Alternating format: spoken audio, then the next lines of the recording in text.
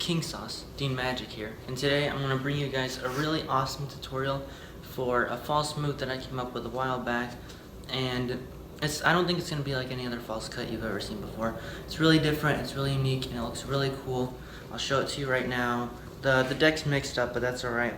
It doesn't change the order of any of the cards actually, but we'll just put the Ace of Spades on bottom and the Ace of Hearts on top. And this move is called the false fan, and it looks something like this. Now, even though it looks like I just did a fan, the order of the cards did actually not change at all. See, Ace of Hearts still on top, Ace of Spades still on bottom, and again, it looks just like a regular thumb fan to any spectator, even to some magicians, but it's really not mixing up the order of the cards at all, which is really impressive. It's really exciting, and I want to share it with you guys right now, so let's get into the tutorial. I am the way your son don't need a gun to get. Alright, so unfortunately I'm not going to be able to teach you the actual thumb fan itself in this video, just because I don't want the tutorial to get too long.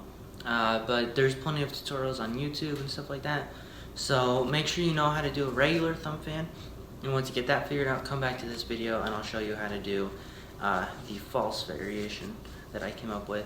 Now, like I said, this is going to look, if you look closely, that looks almost identical to just a regular thumb fan, but there's a few differences that actually make this false, so I'll go ahead and show it to you.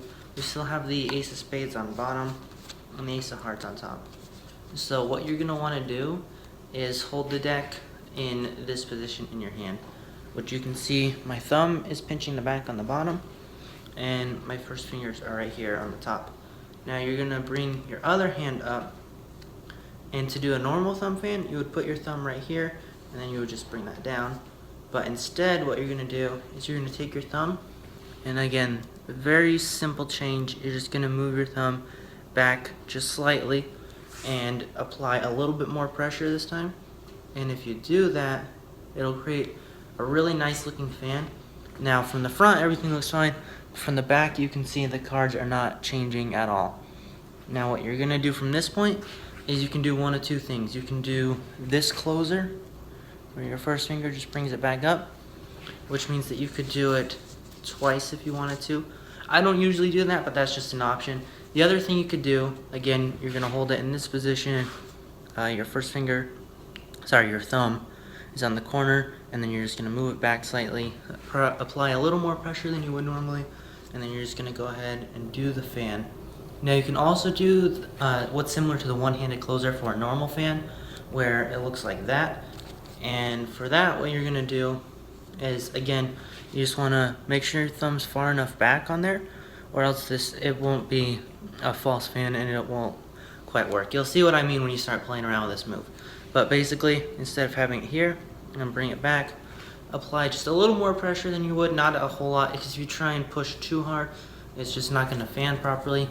So again, you're just going to want to move that back just right here. Normally it'd be up on the corner. You're just going to want to move it back a little bit. And once you get that done, you're going to take it, apply a little bit of pressure, and you're going to get it into the fan. Now the one-handed closer, which I showed you earlier, looks like that.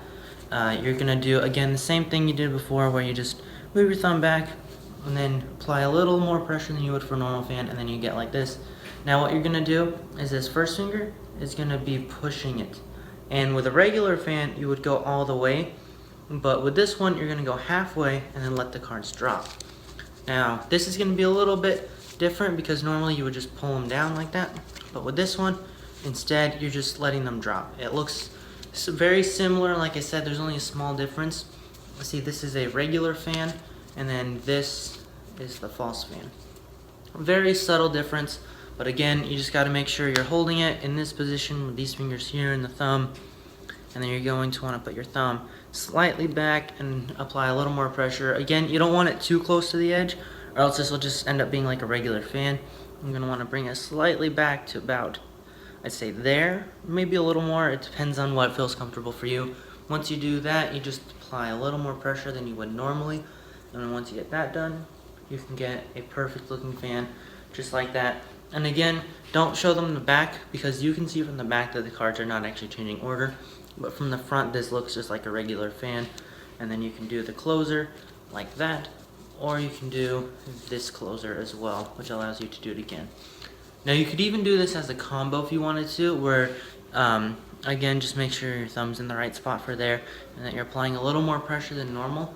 But essentially what you're gonna wanna do is just do that, do this closer, do that, and then do that closer. So at full speed, it'll look like that, which looks pretty cool. It looks totally like you're just doing a fan, but the cards, I swear, are not mixing up at all. Once you start playing with this move, you'll get what I'm saying, and you'll see how the cards don't actually change order. Now, if you're left-handed, this move doesn't really work in the left hand. Like if you see, if I try and do it in my left hand, it's just a regular fan. So this move's not possible in your left hand, unfortunately. So if you don't know how to do that, you're just gonna wanna take the cards in your right hand and do like you would a normal fan in your left hand, just it's flipped. So instead, you're holding your fingers here and here. You're putting your thumb on the corner and bring it back a little bit, and then you're applying a little more pressure than normal. And that's how this fan is done. Now go ahead and practice that for a little bit. I'll be right back with some more helpful tips on doing the false fan. No. Okay, so I wasn't actually planning on doing this, but I got Josh to come over here, and he's going to share with you guys some of his tips on doing the false fan, which again, I'll show it to you one more time before he comes on so you know the basics. You're going to hold it like you were doing a normal fan, thumb on the back, and first couple of fingers right there. Your thumb comes to the top, and it's going to move back slightly more than you would with a normal fan. Again, a normal fan looks like that, but then a false fan, I'm going to bring it right there. Now you're just going to apply a little bit more pressure than you would with a normal fan. You don't want too much, or else the fan won't look good, but it should look like this, and then you can do either that closer or that one. But anyway, here's Josh to teach you guys some of his tips for the false fan. Here you go. Hey guys, so I'm gonna be teaching you some of my tips for doing a false fan, and basically, what's happening, whoa. See, I bet you thought he was really here, but that was actually CGI. That's my little April Fool's prank for you guys. But anyway, let's get serious. Let's get down to the real tips on doing this move right here, right now. These are my few tips for doing the false fan right now. Check them out. Here they are. And they look something like this. Check it out.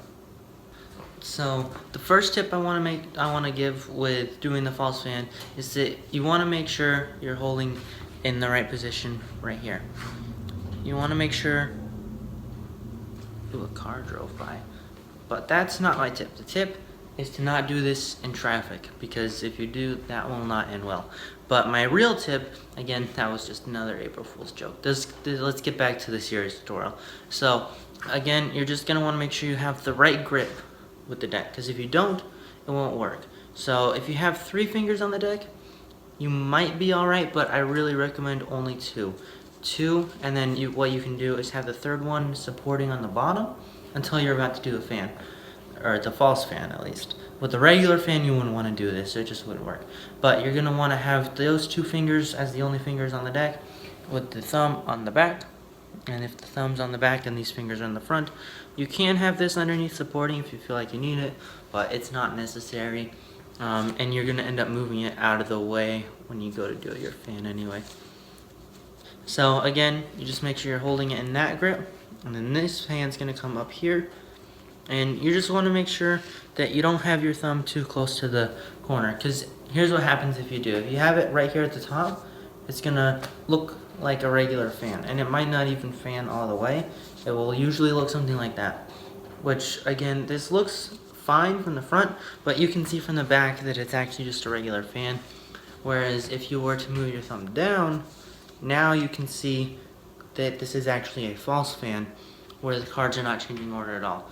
Again, like I said, they look similar, which is the really great thing about this move, because most people won't be able to tell the difference.